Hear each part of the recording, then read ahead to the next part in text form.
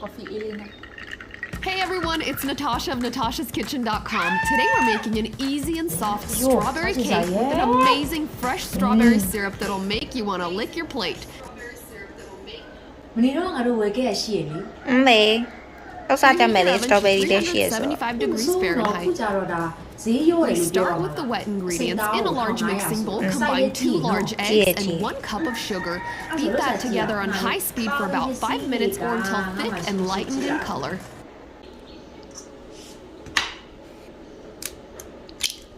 ကျုပ်နှလုံးထည့်မယ်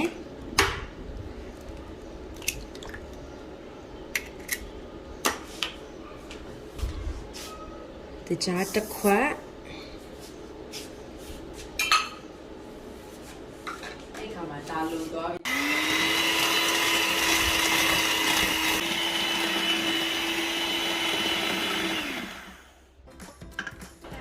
Now add 1 cup of sour cream, half a cup of olive oil, and a teaspoon of real vanilla extract. Beat together on low speed just until combined.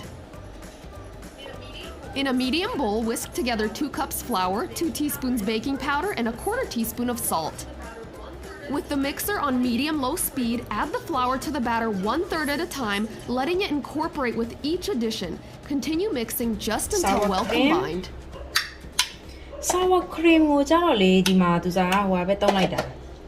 ဒိန်ဂျင်ပေါ့နော်ဒိန်ဂျင်ကိုတစ်ခွက်သူကခွက်ဝက်ဆိုတော့လေဒါတစ်ခွက်ပါနော် see half cup နော်အဲ့ဒါလေးရင် vanilla extract က1 teaspoon ဆိုတော့နည်းနည်းလေးသူကဘာဖြစ်စီอ่ะသူအနံ့လေးဟာလေးပုံတစ်ပုံ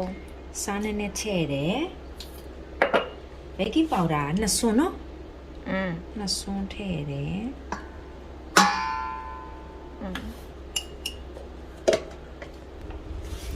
ပြီးရင်ဂျုံနှစ်ခွက်ထည့်တယ်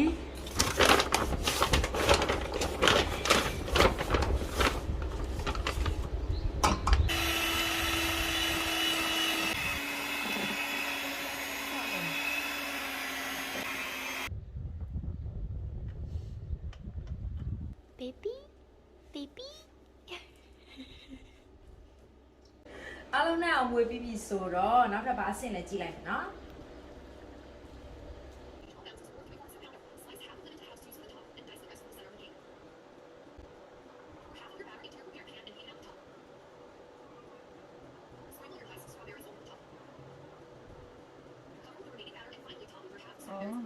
နှစ်ထပ်ပုံစံ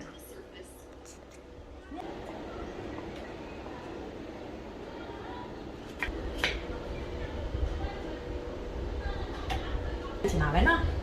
အဲ့ဒါဆိုရင်မုတ်ဖုံးမဲ့ကန်ထဲမှာဒီအနှစ်ကိုတဝက်ထည့်မယ်တဝက်ထည့်ပြီးတော့ခုနကတော့ကချမ်းထားတဲ့ strawberry လေးထည့်မယ်အယိုးစားချင်စရာရဲ့ ချစ်စရာလေး ငါလေးဒီ strawberry ကိတ်ခါမှမဖုတ်ဘူးသိလား positive ပဲ strawberry อ่ะ positive ပဲအဲ့ဆိုရင်နောက်ထပ်တဝက်ထပ်ဖုံးမယ်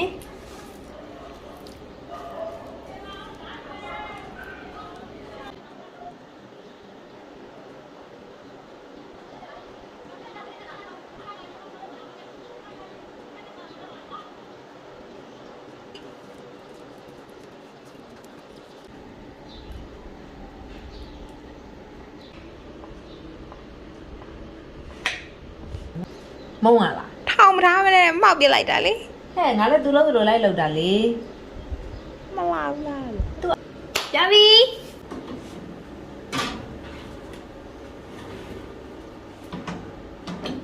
ထားတဲ့နည်းလေးတိုင်းပဲ strawberry sauce ကိုတဝက်အချိုးနဲ့လုပ်လိုက်ပါတယ်။သူကတော့တပေါင်းလို့ပြောပေမဲ့ဒီမှာတော့ပေါင်းဝက်ဖယ်သုံးလိုက်ပါတယ်။ strawberry ပေါင်းဝက်ရဲ့တကြားရဲ့ blending လုပ်ပါမယ်နော် Roll together 1 pound of strawberries with a 1/4 cup of sugar or add the sugar to taste. ဒီက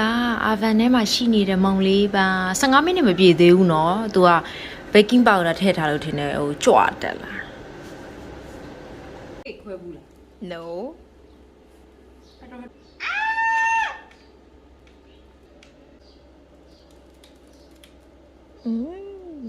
ားလို့ကောင်းပါပဲ ကြီးကြည့်ရပါဟိုစားရကြီးပါလာရဲ့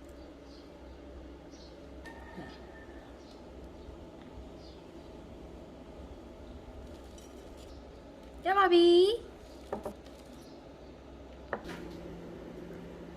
ခုနကလောက်ထားတဲ့စတော်ဘယ်ရီအနှစ်ရည်လေးရောစမ်းပါမယ်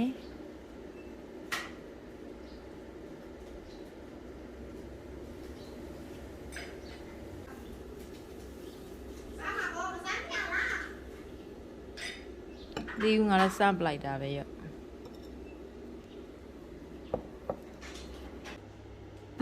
有起来没？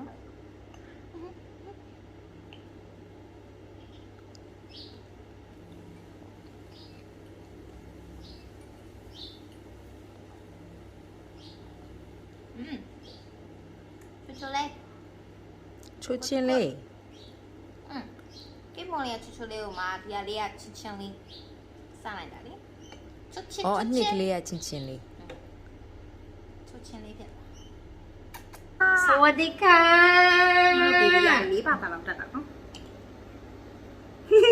เอ๊ะရင်ကောင်းလေးနဲ့ရန်ဖြစ်နေရอันยารู้ว่าโลกมี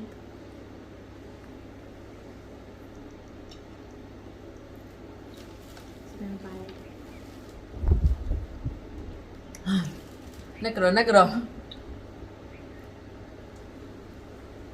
ไม่ก็พี่อินตัดจุดครับนี่จีบ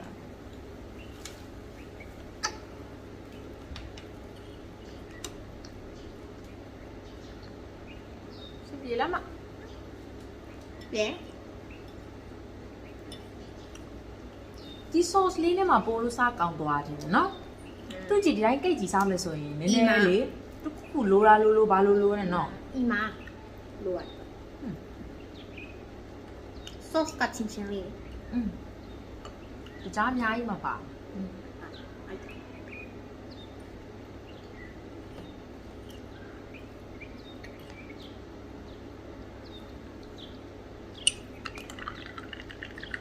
ကော်ဖီအေးလေးနဲ့ဟောတောင်းတဲ့အရွယ်ကြမှာပဲဒါတော့ဒီနေ့စားကြောင်စင်ကော်ဖီအေးပြတောက်ရတယ်ဘာလို့တာလဲစူးစမ်းတယ်တမီးကချက်ပေါင်းမဟုတ်ဟာလားဘောပြောရဘလို့ရောနို့တွေနဲ့ပေါင်းနေနဲ့ခြေထားပါ နို့မစစ်ပါဘူးနို့စီရေပါနို့စီရေဦးမပေါင်းမနို့စီရေထက်ရေကထက်ပြီးတော့ပေါင်းမကိုနှစ်ပေးလိုက်ပြီးရင်အပေါ်အုံးလေးလေးထည့်လိုက်အော်လို့လားမသိငါပေါင်းမကိုခြေထားမှာမခြေဘူးပေါင်းမနှစ်ချက်လောက်ကိုနှစ်ပေးလိုက်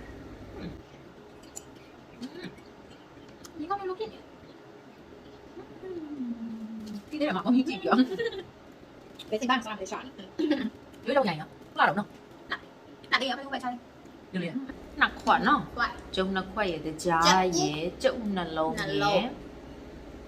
မွေတဲ့ဟာကလေကိုကျုပ်မွေတဲ့ဟိုဟာလေးလေခောက်တဲ့ဟာလေးလေအဲ့ရှိရင်လေရပါတယ်နည်းနည်းတော့နေတာပေါ့ဟိုဆက်ကလေးနဲ့ဆိုင်အဲ့ဆိုသုံးပါ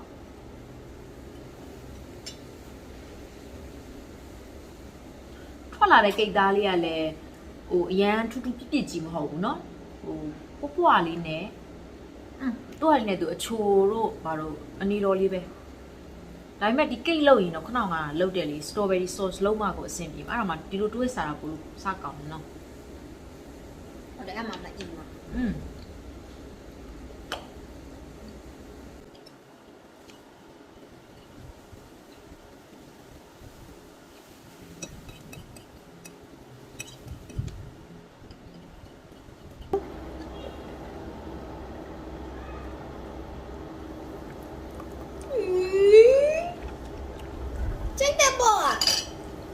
ဘေဘီလည်းကြိုက်တယ်တဲ့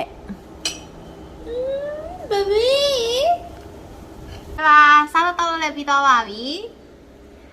စတော်ဘယ်ရီပေါ်နေရာဒီဖြစ်တဲ့အတွက်ဒီလိုကိတ်ကလေးလို့စားကြည့်ကြပါနော်နောက်တဲ့ဗီဒီယိုမှာတွေ့ကြမယ်နော် bye